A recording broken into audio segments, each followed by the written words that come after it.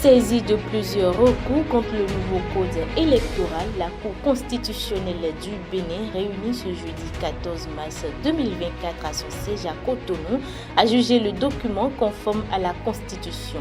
Ce faisant, elle met fin aux spéculations et renvoie les partis politiques au travail.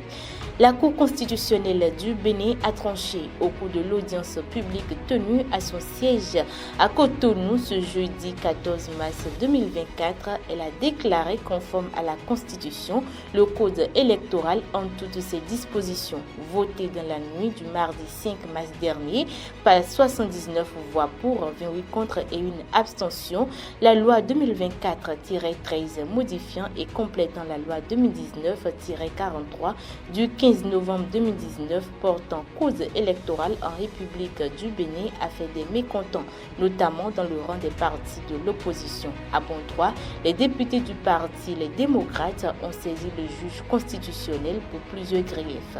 En présence des appelants et de leurs avocats, les 7 sages ont jugé ces recours non fondés au regard des éléments d'appréciation disponibles. Le droit est dit au travail donc. À titre d'exemple, la récrimination des députés Les Démocrates selon laquelle le document transmis au chef de l'État serait traficoté et battu en brèche au cours des débats. Mieux, la Cour a confirmé que les dispositions pour lesquelles elle a été saisie sont bien conformes aux tests reçus. En ce qui concerne le seuil des 20% de suffrages exigibles dans chaque circonscription électorale pour les législatives, il est également jugé conforme à la Constitution. La Cour a même précisé que cela est bénéfique pour l'avènement de grands partis au Bénin. Idem pour l'encadrement des parrainages qui oblige désormais les maires et les députés à une bonne fidélité pour leurs formations politiques respectives.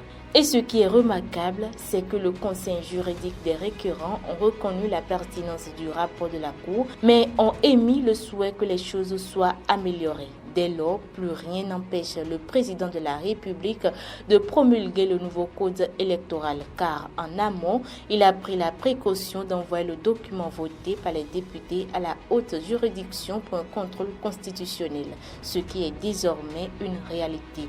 Les décisions de la Cour n'étant pas susceptibles de recours, il ne reste aux militants des partis de tous bords qu'à se retrousser les manches et donner la preuve de leur capacité à générer des partis d'envergure nationale. C'est tout le défi à relever.